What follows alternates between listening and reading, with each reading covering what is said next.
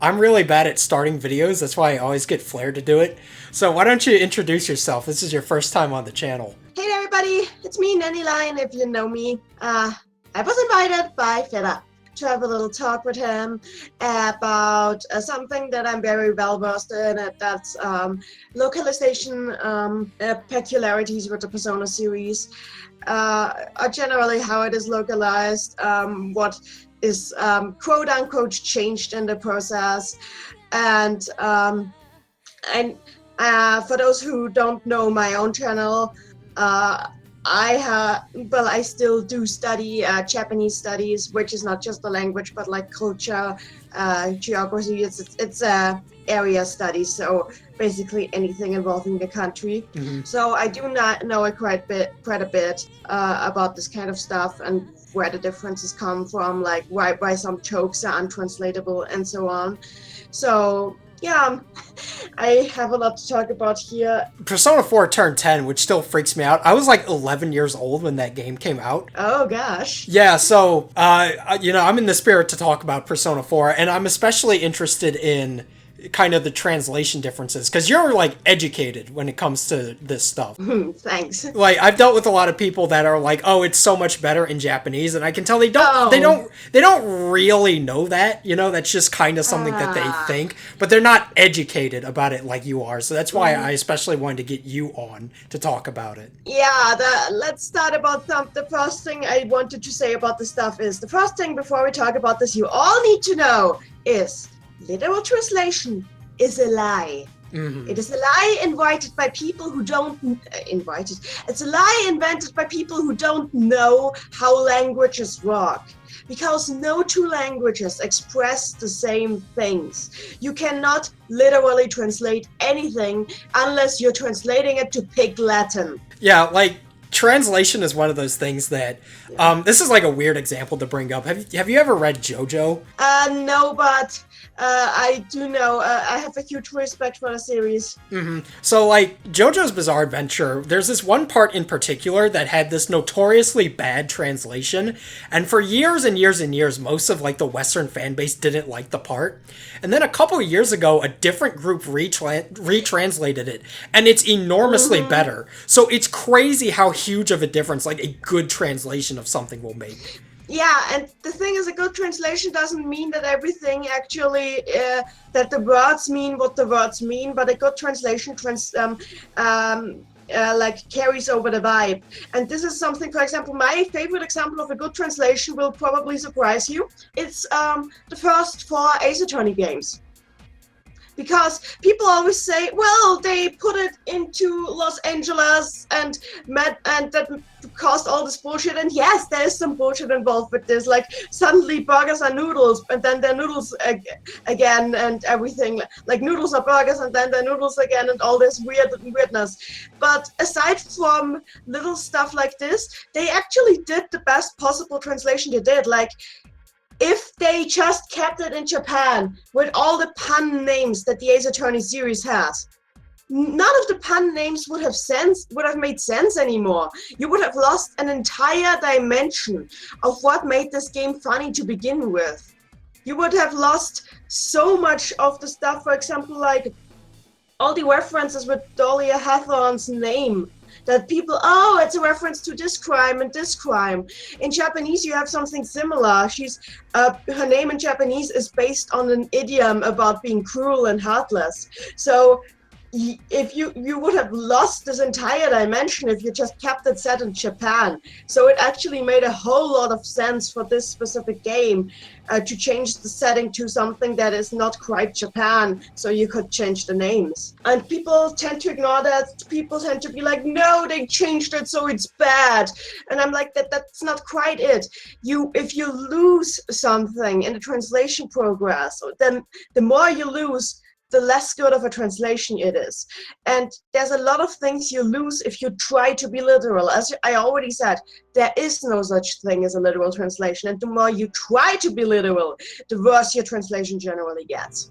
Yeah, like I have no envy for people that do like translations of especially Japanese stuff as a profession because it feels like it's damned if you do, damned if you don't. Because if you try to be really literal, then it's like this weird robot speak, and if you try to be like really loose about it, people get on your case about that. Yeah, I mean, extremely loose translations aren't good either. Like, sometimes, like, okay, good. First thing first, the really old Saban and 4Kids translations of anime in America. Those, yeah, Yeah, every time I look, you see, I grew up with the German dub of Digimon, was a really good dub. So every time I watched which was very closely based on the original Japanese version, only with some minor changes for things that they knew no German person at the time was going to understand.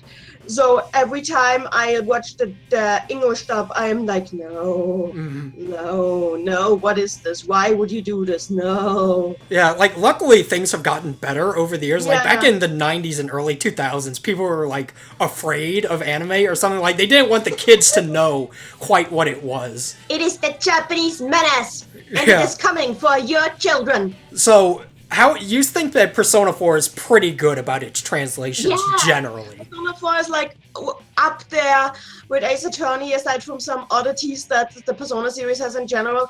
And I think before we get to this, I need to mention something. I am in the camp who thinks that the English translation of Persona 5 is probably one of the worst in the series. I know a lot of people don't think that, but I've played the game in Japanese first. I didn't play it fully in English. I couldn't play it fully in English because even just watching my brother play it made me shiver, and I had to be like, no, I can't do this. I'm sorry, I'm leaving.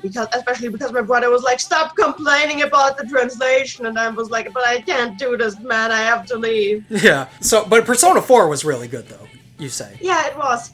It was. And the reason I brought up Persona 5 is because the difference is it's a thing with literal translation again. And I don't think the problem with that was that they tried to translate one literally and the other not. I think the problem was a change of.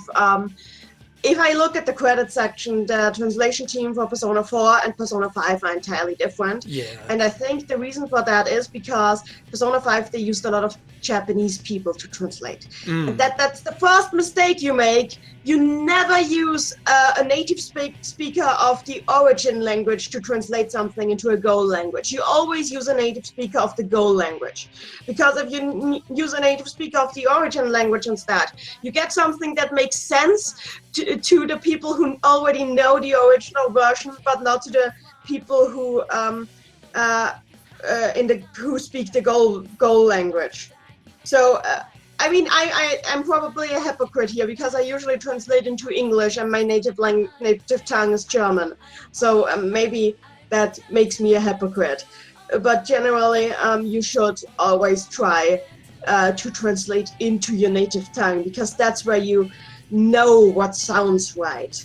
Yeah, because Persona 5 especially has a lot of these like really weird kind of sentences to where you can kind of get like what they're trying to say. It's just spoken in such a strange way. And that's because it's written in a way that a Japanese person thinks it's supposed to sound, as opposed to the way that it is really supposed to sound. Yeah, like you would assume, like I only speak English because I'm like a dumb American, but you would assume it would make more sense for a Japanese person who has a greater understanding of that language to then go and tell the English staff, this is how this works. But yeah, they should cooperate and not. I feel that a lot that if they cooperated here, I don't remember if I think there were American people on the staff too, but if they cooperated, they probably made the same mistake they made with Ultimax, which it was not a translation mistake, but I think Atlas has this tendency lately to just delegate, like you do this section, you do this section, you do this section, and then we do not cross control at all. Nobody reads each other's sections. It's going to be a surprise when we go at gold. And that's like the worst thing you can do with either writing or translation. yeah, like Persona 5's translation process especially was just crazy. It took them like a very long time to translate that game into English. Like way longer than it took Persona 4 or 3. Yeah, and that's funny because I actually searched, there used to be an interview about this on 1UP, but 1UP is dead. And I can't find the interview anymore. It's just lost to the waves, and it's a shame because it was a really good one. But I clearly remember there was an interview on One Up about where they interviewed the not you number, but other people of the English localization team of Persona 4. And they actually managed that they only had a few months to translate Persona 4, even though Persona 4 has a lot more text than Persona 3. So they were like, what the hell are we supposed to do? We already were time pressed for Persona 3, and now you give us even less time for Persona 4. And what?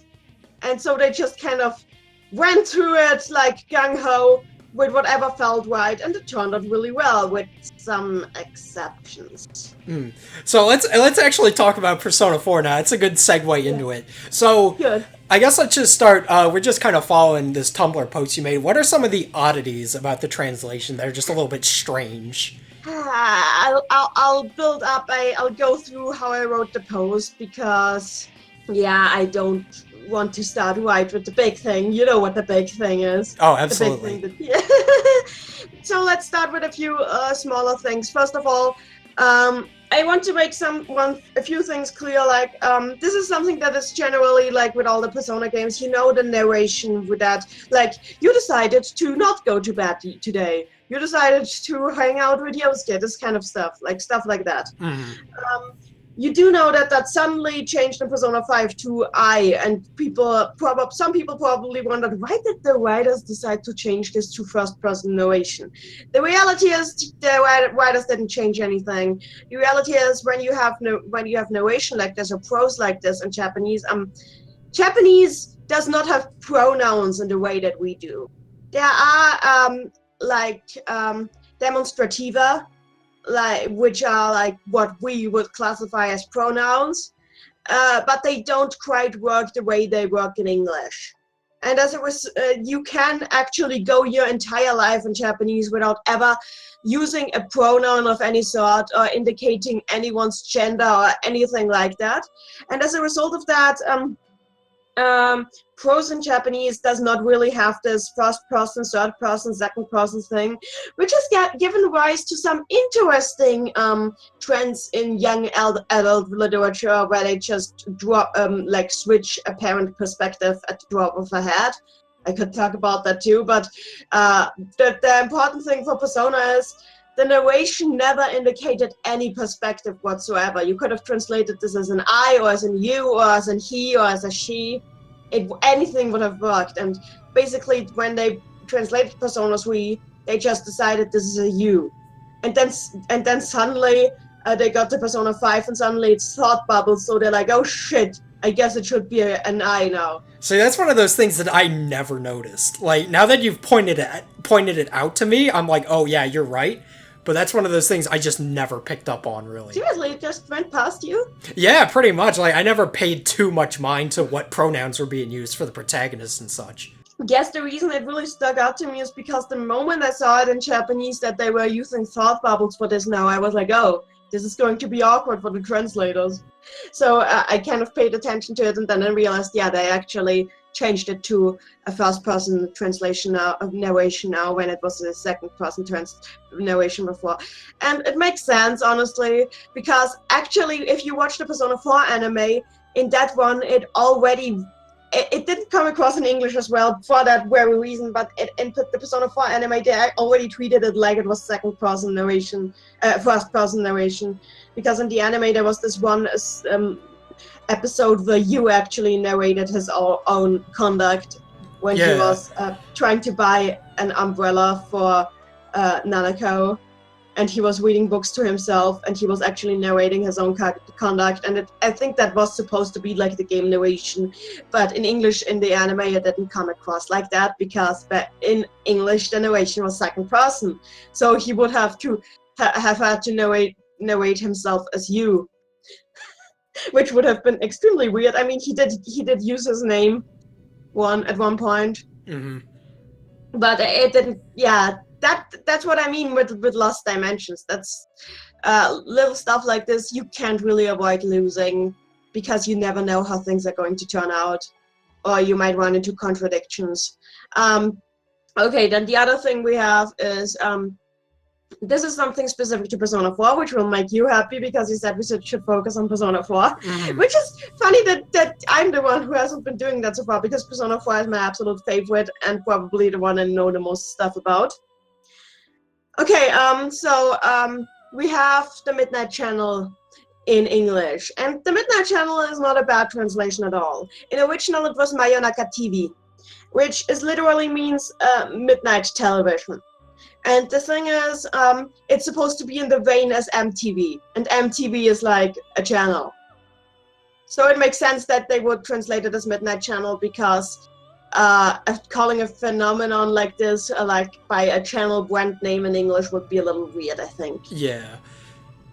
So they went with Midnight Channel, which is a good translation. The only problem is that then there's this one scene with Chie, and I got a screenshot of that in the post, so maybe Fither can put it up, where they translated her saying, "Ano terebi ni awareta hito ga." Yeah. You speaking the Japanese freaked me out. I was like, whoa. That is so cool that you can just do that. Yeah, I don't know if this is the exact wording she used, but it's okay. I've been studying it for a long time. Yeah. But yeah, basically at that point, the most logical translation would have been, so people who appear on that channel die, but they went with people who appear on that TV die, and so they used TV all of a sudden instead of channel.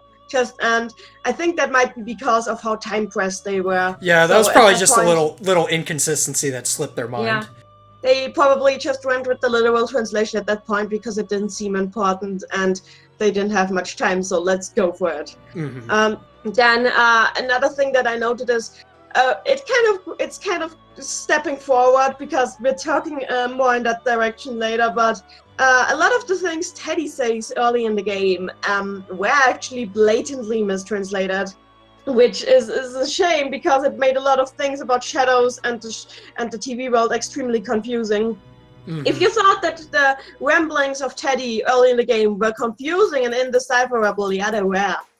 And a lot of that is because of the translation. Like, some of that is intended, but even when you go back in English and try to piece things together based on how he says them, it still doesn't make a lot of sense, and that's because his translation in these early parts is extremely disjointed. For example, there's one instance where you can ask him, "What is your name?" And his response will be, this place doesn't really have a name, which doesn't really make sense. Yeah, as if you were asking about the place. Yeah, and the thing is, originally this was a branching dialogue option where you could ask either about his name or the name of the place, and both had the same answer.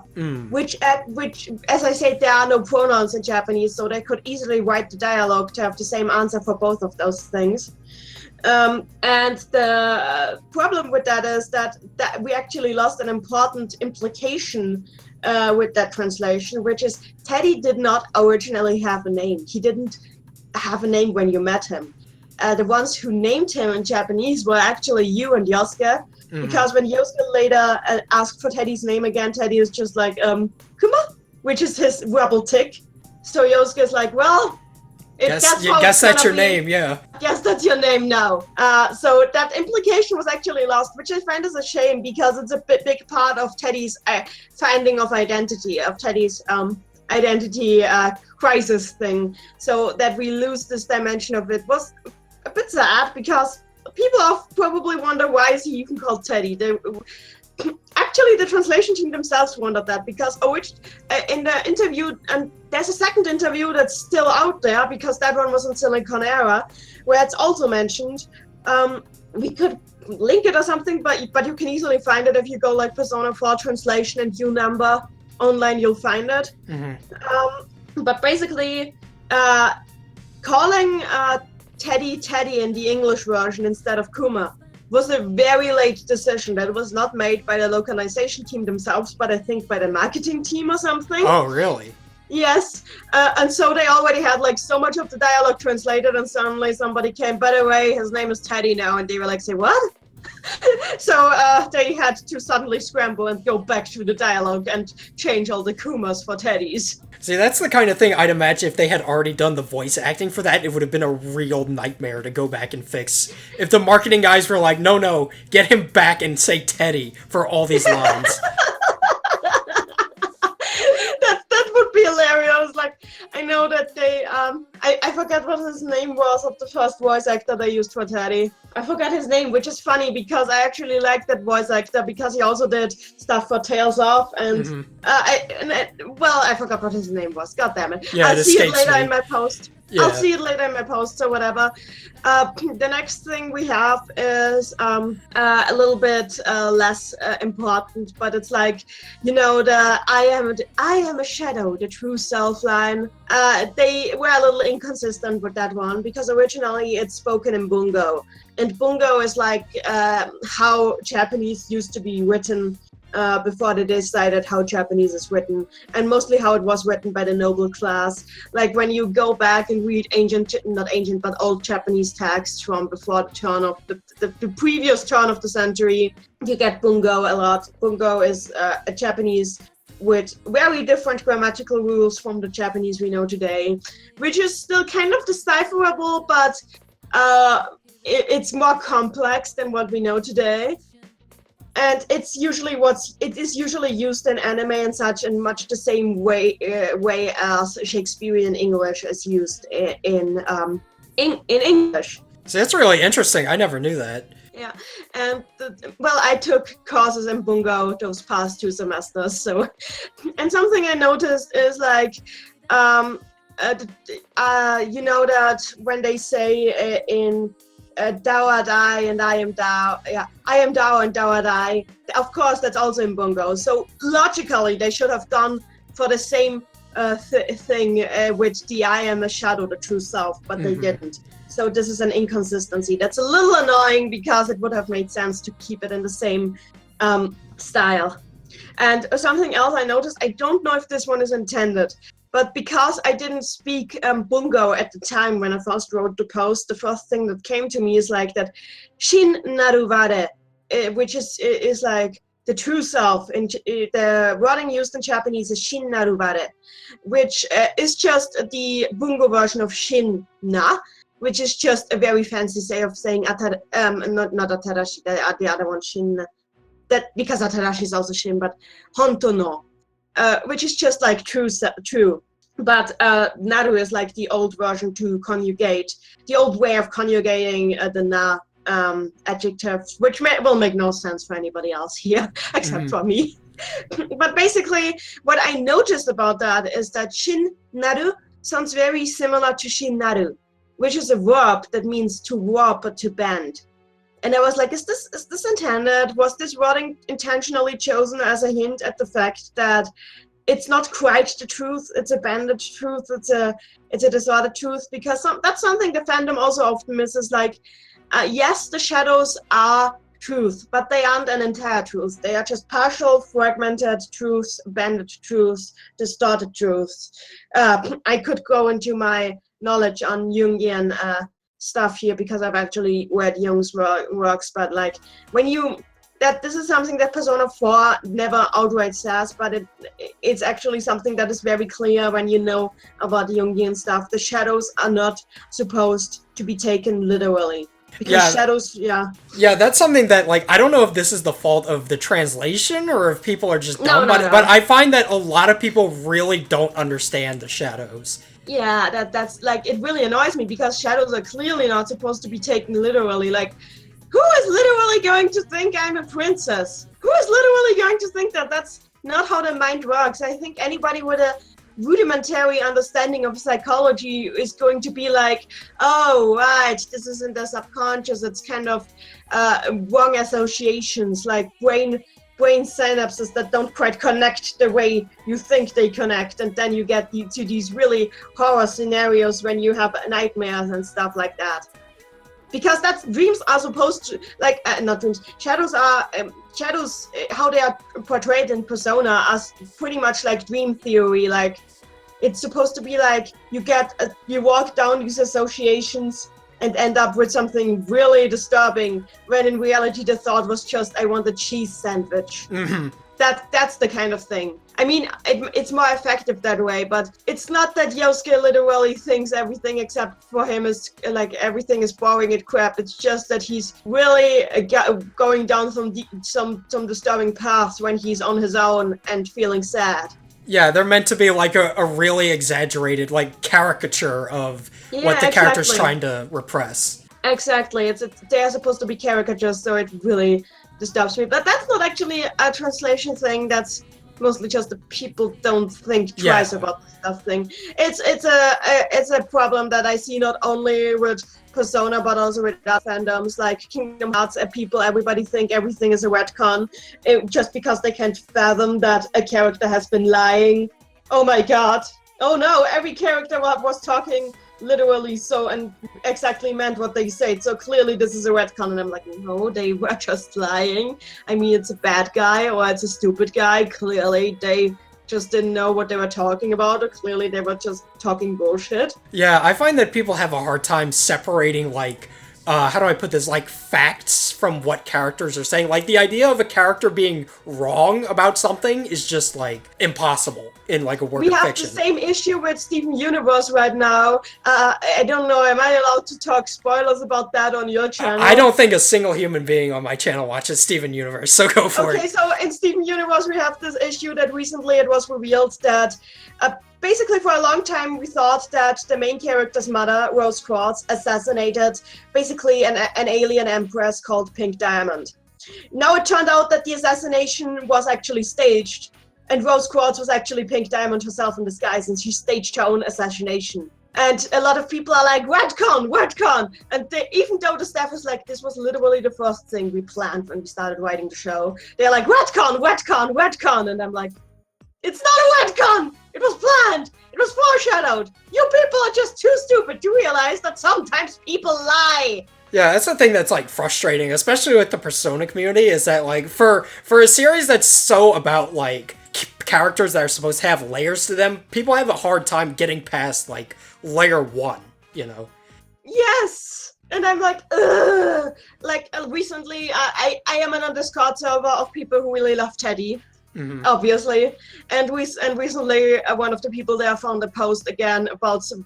Oh yes, you know that they made on Tumblr. They again made and they made another of these confession blogs on Tumblr, which are the most toxic thing I've ever seen, and I don't know why anybody thinks those are a good idea. There's never come anything but drama of these.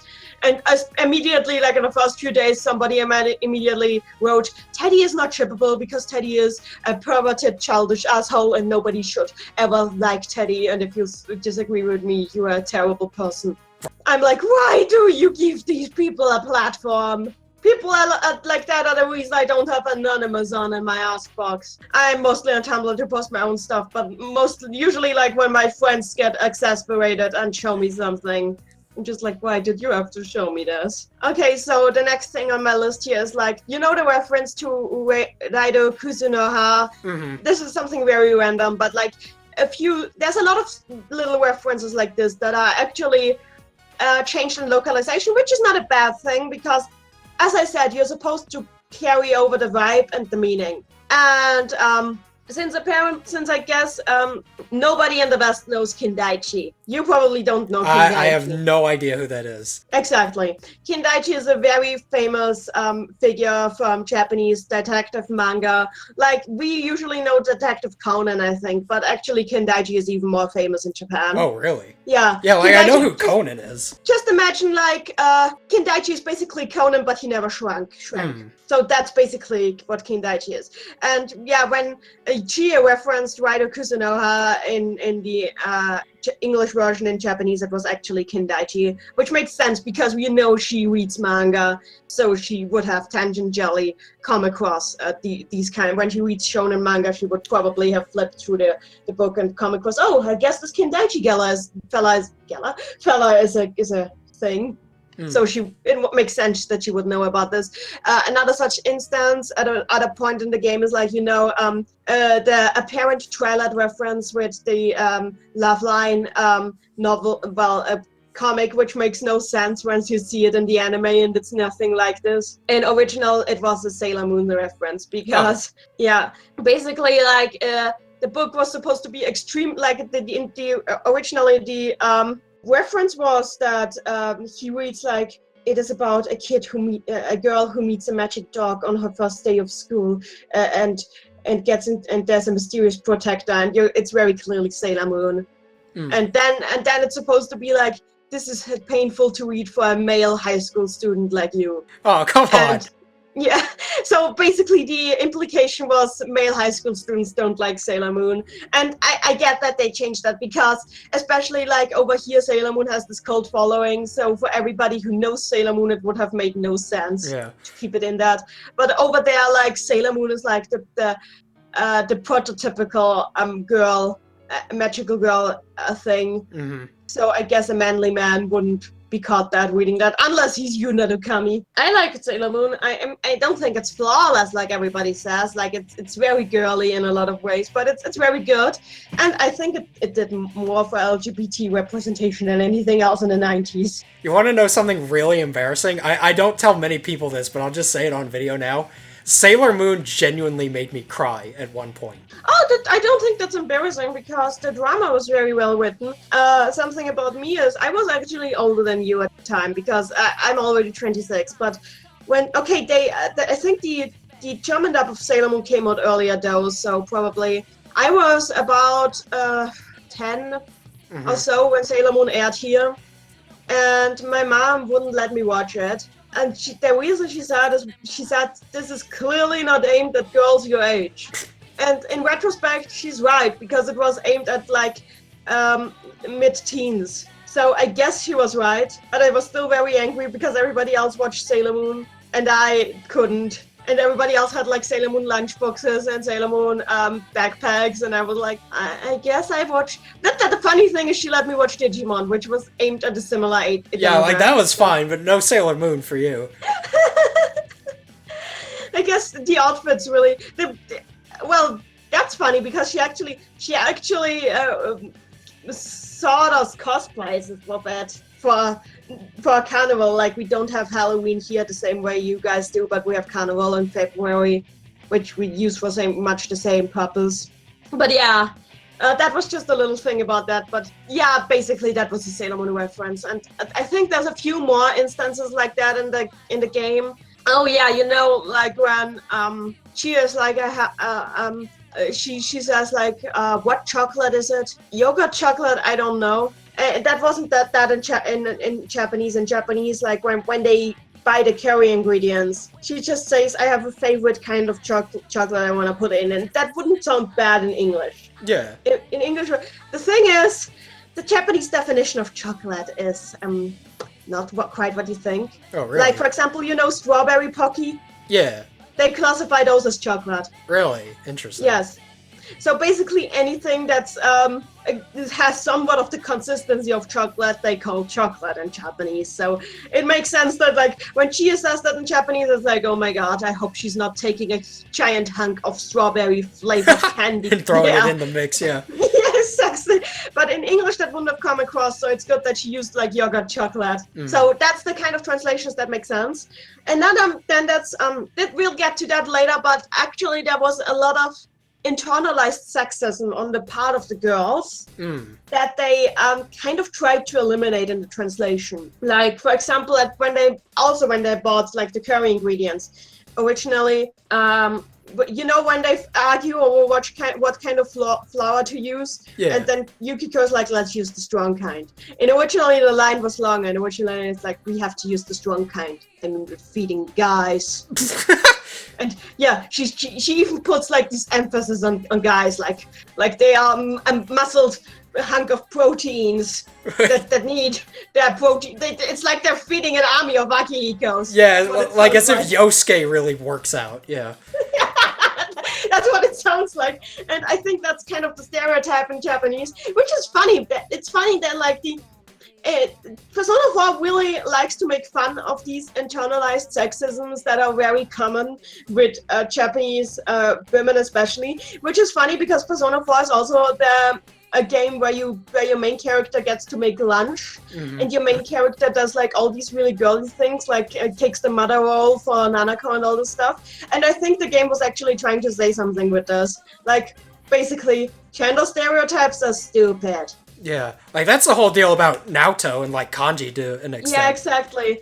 And I think that also came across in stuff like this, like, for example, I know that the girls can't cook thing was very annoying to some people, but I actually found it funny because in Japanese the implication was clearly that Yukiko and Chie never taste test their food, and that the reason they never taste test their food is because they think because they don't have a Y chromosome, they magically need to be good at it, so they don't need to taste test. Because clearly that the cosmos will recognize that they are girls and magically feed them with the knowledge on how to make food. Yeah, that's one of those things that, like, generally just annoys me in, like, anime, Japanese, anything, is, like, girl who can't cook, just because I don't find it an interesting character trait. Like, it's really not that funny. It isn't, but, and it's good that they didn't keep it, like, for the future games, but I do understand what the point was in Persona 4. I don't understand why they had to make it a running gag in the spin-offs too, because clearly they'd figured it out by the time that Christmas rolled around. They'd figured out how to taste test their shit. I liked it in Persona 4 because it kind of drove the point home. Just because you're a girl, it doesn't mean that you are the stereotype of everything that is girly. Taste test your shit. I think that was the point they were trying to make, and I think it was a very good point. Especially because the moment they stop cooking like shit is the moment Naoto comes in. Naoto, the least girly girl. And it's like, maybe we should read the recipe. That's the moral of the story, is maybe we should read the recipe. That's the moment when it stops, and I think that really, for me, it drove home the point. The moment you stop trying to act on stereotypes, actually that's the whole game. The moment you stop trying to act on stereotypes and just act the way you're most comfortable without upsetting people around you, that's the moment when you have a comfortable life. Like, the games are written by a huge group of writers, but I feel that at least some of them intentionally put stuff like this in, and I like scenes like that a lot better than scenes like the date hunts. Yeah. Okay, let's continue. Oh yeah, the Trial of the Dragon. That was a Jackie Chan reference in original. Oh really? Yes, because the original title is Seiryu Densetsu, which is like Legend of Blue Dragon, and I think Blue Dragon is a nickname for Jackie Chan in Japanese. I read it somewhere, but I'm not exactly sure, so don't quote me on it. So it's like the Legend of Jackie Chan. But it makes sense that she would be a Jackie Chan fan. I mean, she's the kind. Yeah, I believe Tomoe's, like, her yellow skin is meant to be inspired by Bruce Lee's, like, yellow, I'm not sure what you would call it, like his exercise gear. Actually, now that I've also seen a poster from Kill Bill, that makes me think it's also got stuff from that. Basically, that's actually something like where I have the outbooks where they talk about the persona designs, and the thing which Tomoe Gozen is, nobody knows who Tomoe is, right? Tomoe is actually a real person. Tomoe Gozen, like Lady Tomoe, she was, probably a real person, nobody is entirely sure. Basically, she was a female samurai who was really, that's the kind of layer you lose when you don't translate names or try, but you can't do that, so it makes sense. It's just sad it's lost. Tomoe Gozen is basically a female samurai who was extremely powerful. Like, she could easily take out men, like more than other men could. But she was also extremely refined and beautiful. Like, she was extremely beautiful to the point that everybody's like, why is she on the battlefield? She could do anything she wants, but she decides to kill guys. And the legend goes when eventually she was fired for being a woman, because for some reason her general was really embarrassed by having a woman in his army outplay all the men. Yeah. So she got so angry that she went out back on the battlefield for one last time, beheaded a guy, and marched around with his head on a stick. Jeez. Just to display, I am pissed. Yes, so that's what Chie's persona is from. And I think the point here is that she's also beautiful and everything, and that's kind of what Chie wants to be. Like, she doesn't want to compromise her femininity for her tomboyish nature. And I'll get to that later, but in the Japanese version, it comes out even more strongly that Chie has this complex about her femininity. Comes out extremely strongly in the Japanese version. Another thing we have, the Juno's department store was a reference to an actual chain, which is called Chusco or Chesco. I'm not sure how it was spelled actually anymore. It was just a very generic Japanese department store chain. The specific store that actually was used for Persona 4. Persona 4 the geography was based on a town called Fuefuki. And they actually used the real Chusco store in Fuefuki as reference for the locale of Junos. Like, they used its geography to inform what the store is supposed to look like from all sides. It was also used for the anime. They also, like, the anime team actually went back there and took some more reference images to make sure that it looks right. So now we get into the next notes I made about more personal things to each character. But let's talk about some other things that I mentioned, like one other thing I noticed is, like, the first thing you notice when you start up the Japanese version of the original game, not the golden, but like the original game, is obviously the startup screen was changed, and for good reasons. Because the original startup screen is a mess. It is written in English.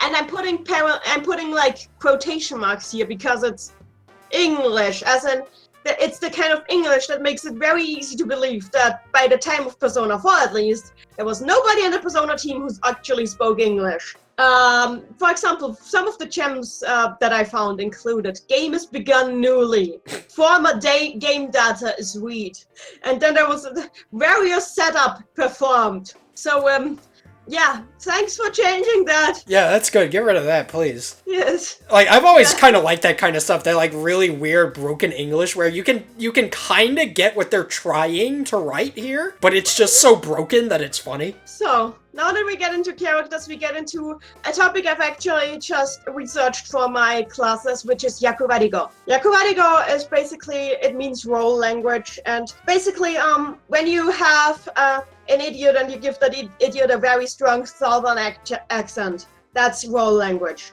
But the thing is, in Japanese, role language is like, it's kind of its own culture in a way. Like, it is way more defined in Japanese than it is in any other language that I know about.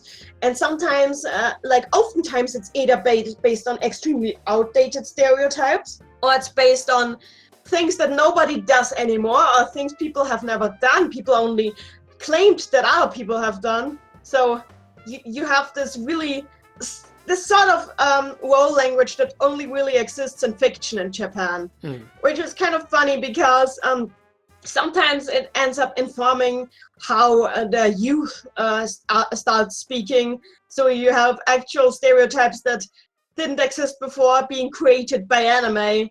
So this is something I've been talking about. And what I find interesting about Persona is that it actually, with the role language, it actually tries to regulate itself, like how much a stereotypical role language it uses and how much the characters also end up sounding like real people. Like, in many scenes, I'm like, this is something I could actually hear a real person say. So they actually try to use it to their advantage, like they actually move out of this role language space the more sincere scene is. So they actually use it very pointedly and makes sense. Like, the first example I have here with Persona 4 is Yosuke. And I guess he's a really good example because Yosuke does something that is very rare in fictional characters in Japan, but is actually very normal for real people in Japan. And he modulates his speech based on social situation. And characters don't generally do that in anime, but real people do that. And that is part of why the character feels so alive, especially, like, okay, the first thing I need to say about Yosuke is, like, he's probably the best translated character in the entire franchise, right down to his voice acting. Yui Lowenthal, I don't know how he did it, but especially in the original game, he just nails Shotaro Morikubo's performance, like, down to a T. It's almost like Yosuke just started speaking English, which is weird because he's not the kind of Japanese person I'd imagine speaks good English. But here we are. Yuri is also the voice of my favorite character of all time, and that's Bedman from Guilty Gear. So he's great. Yeah, he's really good, and he just nails a lot of his roles.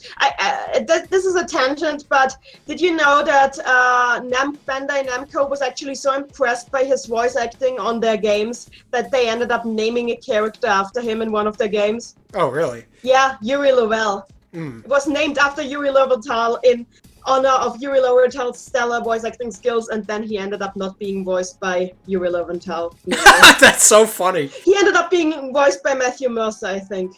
Or was it by I can't hold Matthew Mercer and the other one apart. Can't tell them apart. The other kanji voice actor.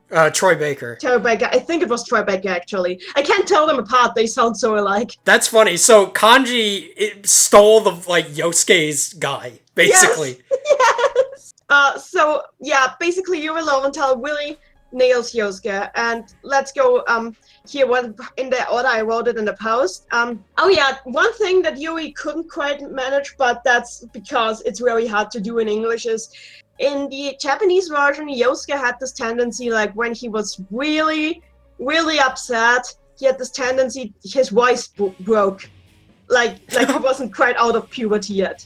And sometimes Kanji even pointed it out, and Yosuke was very embarrassed. Like this, especially the most notable instance of this is like in the scene in front of the tofu store, when he's like, "What the hell? We came all the way to see Reset, and now she's not here." And he just went extremely high pitched, and Yosuke's like, "Dude, your voice just broke," and he's like, It's so cute. It is. The other thing that is with him, oh yeah, okay, I'll go through his Yakuwari Go, his world language now. Generally, Yosuke just speaks like a stereotypical guy with the standard Tokyo accent. So what he does is he uses ore, he calls other people omae, he instead of I, he says like this is something that actually people do in real life too, like instead of yomenai, they say yomene, or instead of tsumanai, they say tsumane, stuff like that. Or instead of sugoi, it's suge, or instead of umai, which is tasty, it's like ume. Like yeah, I've heard characters do that sometimes when they're like exaggerating. This is actually like real life. This is actually real life. Tokyo masculine dialect. The thing is, Yosuke doesn't do it all the time. For example, put Mitsuru in front of him. He's very intimidated by her.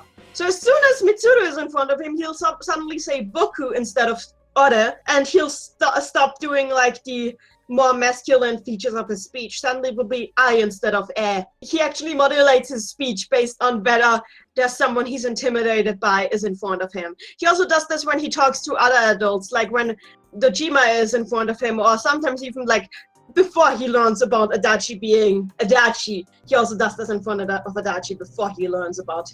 Yeah. That's the kind of thing that I'd imagine adds a lot more kind of depth to Japanese speaking, because like in English we only pretty much ever call ourselves I or me.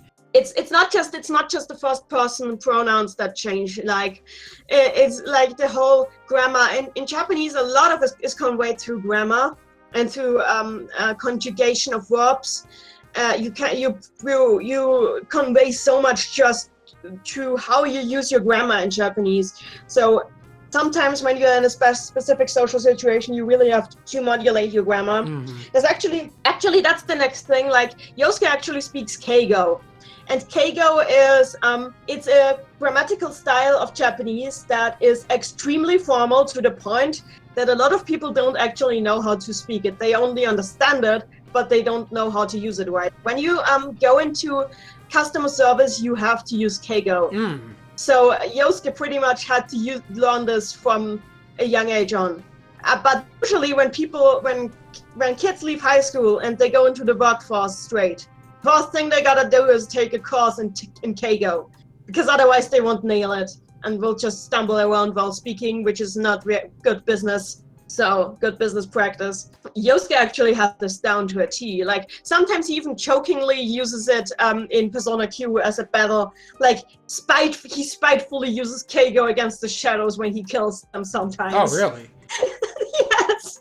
Which is really funny, actually. I think they tried to replicate it in the translation, but it didn't have the same impact, because when you say, we're waiting for your next visit, it doesn't have quite the same punch like when he actually goes into the complicated grammatical structures of Keigo just to insult a shadow.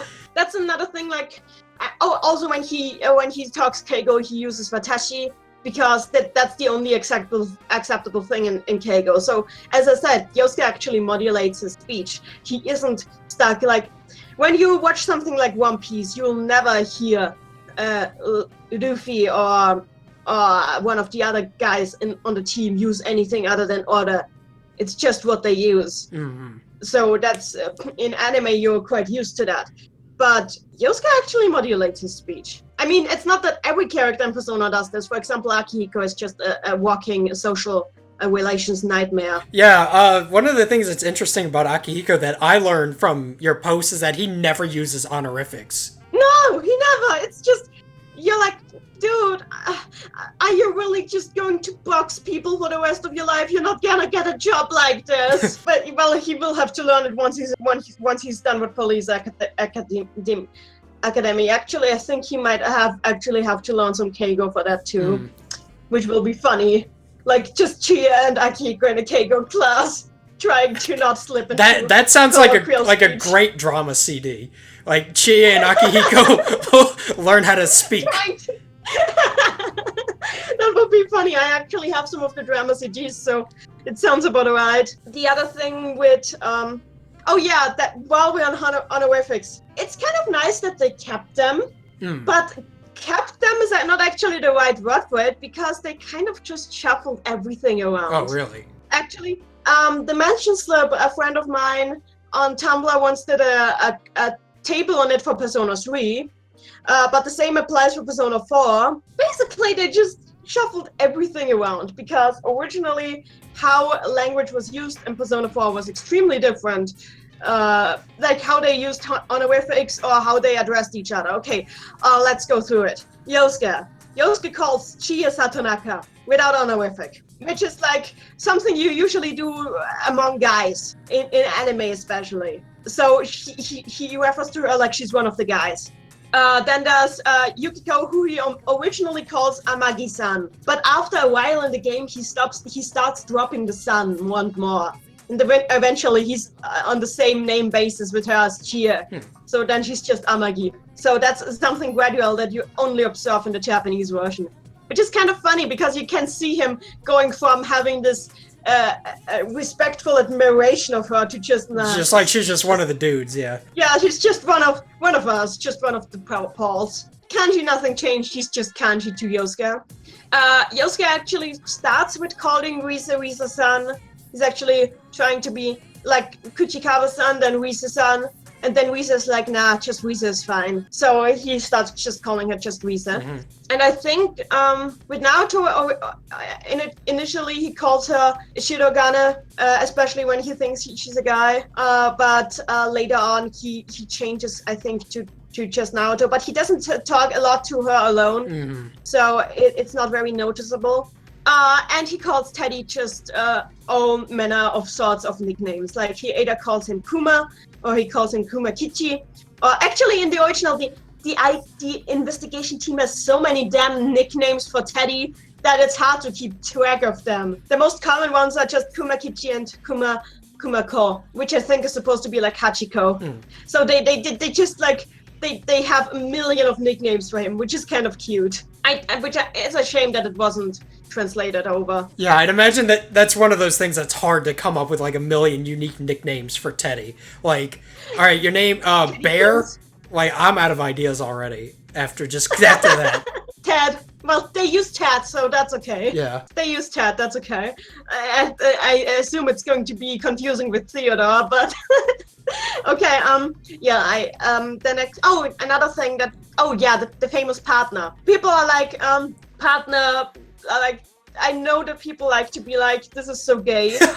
Thing is, it literally is partner in Japanese as well. It is aibo. And the thing is, there isn't actually a gay connotation to aibo unless you are a fujoshi, which is the Japanese word for a yaoi fangirl. So it stays the same, honestly. And just for disclaimer, I do like the pairing. I actually think Yosuke has more chemistry with you than most of the team.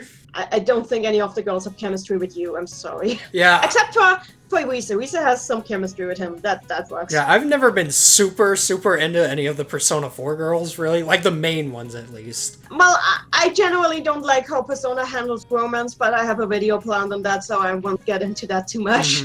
But generally, I don't like how Persona handles romance at all, and sometimes I just wish they just didn't do romance option at all and just had canonical romances, and that's it. Oh, I don't know. That would make a lot of people very angry. Yeah, I know. That's the problem. Then we have another thing that I've written down here exactly, like, in Ulti, in the Arena games. By the way, Arena is not actually called Arena in Japan. Yeah, it's called Persona 4 The Ultimate, right? The Ultimate and Mayonaka Arena. Yeah. Which is why the official abbreviation is actually P4U. And that actually makes more sense because the abbreviation for the anime is supposed to be P4A. But thanks to the rename in English, every time I use P4A... People ask, well, which one? No, they think I mean Arena by default, yeah. And I'm like, I mean the anime. And how else am I like the abbreviation, so why did they have to screw it over for me? But I was going to this because, his title, Yosuke's title, Captain Resentiment. The thing is, when you spell this in katakana in Japanese, you get Resenti-man. So it's supposed to be a spoof of, Superman or so. So the joke is that it sounds like a superhero name. He's supposed to be like a mix. It's like Captain America and Superman in one. That's a really weird joke. But it is the joke. That is the joke. But it's also a resentful version of Superman and Captain America.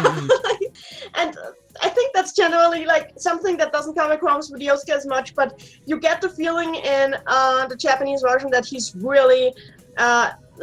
He really likes the American pop culture, so it makes sense that he would be into superheroes. He also likes American pop music and American movies. So he's like the inverse of a weeaboo, I guess. Yeah, a Westaboo, I believe, is the term. Yeah. Westaboo. It's not that important to his character, but you get the hint of that, with his favorite movie and with the dance CDs in his room. Oh, his room is another thing. In case you ever wondered what the saying on the closet means, it's a really harsh way of saying clean up, and I think it's directed at Teddy. I think. And of course the wooden plate on top means Teddy's room, because what else would it be? Right. Next we have Chie. Chie has very mixed speech patterns, which. Actually, this is something I observed during my research for class the past few weeks, but ever since the year 2000, Yaku for women has really changed. Originally, there was this extremely feminine role language for female characters that was so extremely feminine, nobody talks like this. But with the year 2000, this stopped happening more and more. And I think Chie is a good example of this, because Chie actually does something that before the year 2000, almost no female characters did. She actually uses some masculine traits in her speech. Sometimes she does the na instead of I too. Yeah, I've heard her do that in the anime, because I've seen the anime in Japanese. Yeah. She actually says ume instead of umai. And she almost never does the yoba, vayone, this kind of vayone speech that you get with older anime. She almost never does that.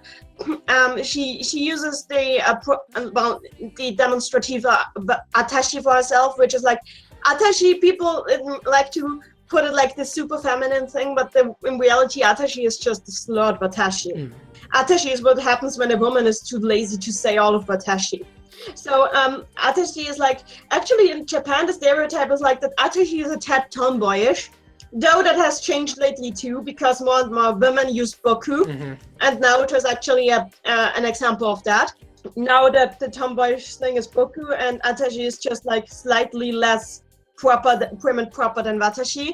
So things change with time. What I also noticed a lot with Chie when I played in Japanese is, as I said, her complex about her femininity comes out a lot stronger in Japanese. She actually was censored in some ways.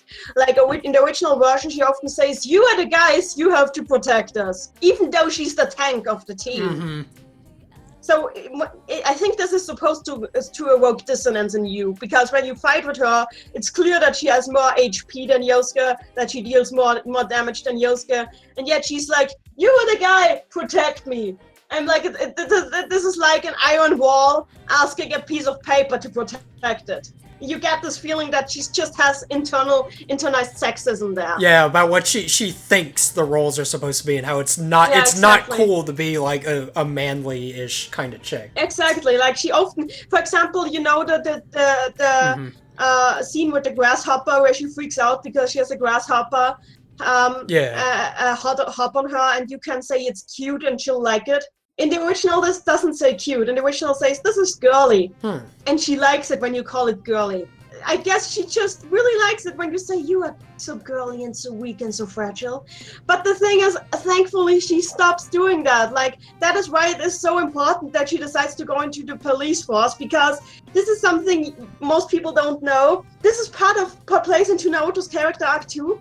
Before 2013, I think there were like 3% female officers in the Japanese police force total. Oh, really? Yes. That's like basically nothing. Yes, and they just recently started programs to try and increase these numbers. They actually had to increase like lounges for female workers so they don't get harassed by male police officers and stuff like this. Mm-hmm. It was really not nice to be a female police officer. Which is actually funny because I know that a lot of people are like, I played Pokemon, there's a lot of Officer Jennies. And I'm like, that's not what it actually looked like. I don't know why they did that in Pokemon, but that was actually very unlikely to find. It's not just that, like law enforcement in general didn't have that many women. For example, female detectives in Japan, almost exclusively divorced detectives. I don't think Naoto wants to be that. Then, how Chie refers to others. She also likes to use Omae, but sometimes she uses Kimi. And how she refers to the others, well, she's mutual with Yosuke with the last name basis because she just calls him Hanamura. Always, it's just Hanamura. Kanji's Kanji-kun. Teddy's Kuma-kun, or one of his various nicknames. She really likes using all of the nicknames. She uses Kumakichi, she uses Kumako, she uses all of them. Risa is Risa-chan.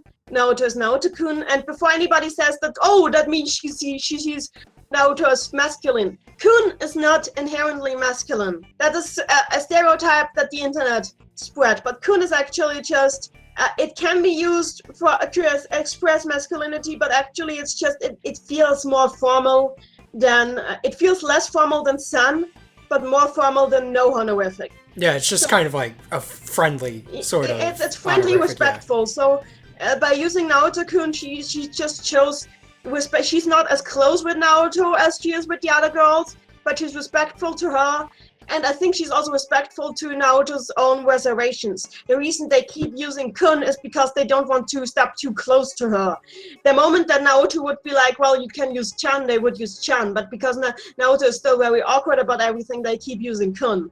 It has nothing to do with masculinity. Yeah, that's something that, like, you see this scene a lot in just, like, anime and Japanese stuff, is that scene where a character is like, it's okay to call me by my given name, or, like, call me da-da-da-chan or whatever. Chan no so, yeah. Yeah. Exactly. I mean, I had that in real life, too. I mean, I have a friend in Japan, she actually at some point gave me permission to call her by Chan, which was really cute. Yeah, like, that's something that here is, like, a really kind of weird concept. Like, it makes sense to call your boss, like, by their last name, but... Yeah.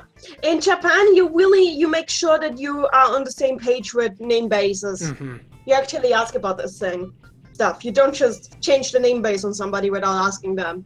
When somebody says it's okay, you do it. End of story. But if they don't say it's okay, then you don't do it. Another thing with Chie is, the funny thing is with her voice actresses, we had two voice actresses for Chie. And somehow, as each of them managed to get exactly 50% of her performance right. And were the opposite 50% each time. Yeah, I remember we were talking about this a couple weeks ago. Yeah, like, Tracy Rooney got the calm side of Chie down perfectly, but she couldn't do the excited side at all. Erin Fitzgerald gets the excited side down to a T, but she sucks at the calm side. We would need to perform a fusion dance between those two to get the perfect English Chie, yeah. Yes, exactly. I mean, I think Erin Fitzgerald does a great job, but like, I'm used to Yui Horii as Chie, because I usually play these games in Japanese, so every time I switch over to English, I'm like, this is not quite the same, but it's good too. Oh, I should also mention, like, Chie and Yukiko are on first name base with each other without honorifics, which is extremely rare in Japan, and it just shows how comfortable they are with each other. So that's extremely rare in Japan. Well, especially in anime. I think in real life it's more likely these days. Yeah. In real life, yeah, it's become more common, like especially with globalization and such. But like, as I said, role language tends to be like 5-10 years behind. But especially in Persona 5, you realize as soon as you go to Persona 5, suddenly everybody does that. It's like the role language caught up. Actually, Persona 5, I often felt like they were getting too close to me when I played it, because nobody used honorifics. And I'm like, okay. Isn't that crazy how in the course of like only a couple of years between Persona 4 and Persona 5, like the dialogue has changed to kind of reflect the times? Yes, I know, and I think it's also because it's set in an urban area, because of course, I would be a little behind with that kind of stuff, but like in Tokyo, it makes sense that they'd just be like with the cool, rebellious kids. We don't need no honorifics. Yeah, I mean, that's what the youth are up to these days, calling each other by their given names. I'm not sure. I think they didn't even call anybody senpai. Ooh, really? Except for a few times. And it was so weird to have that in a Persona game, but I guess, yeah, a lot of people are just like really casual like that now these days, so.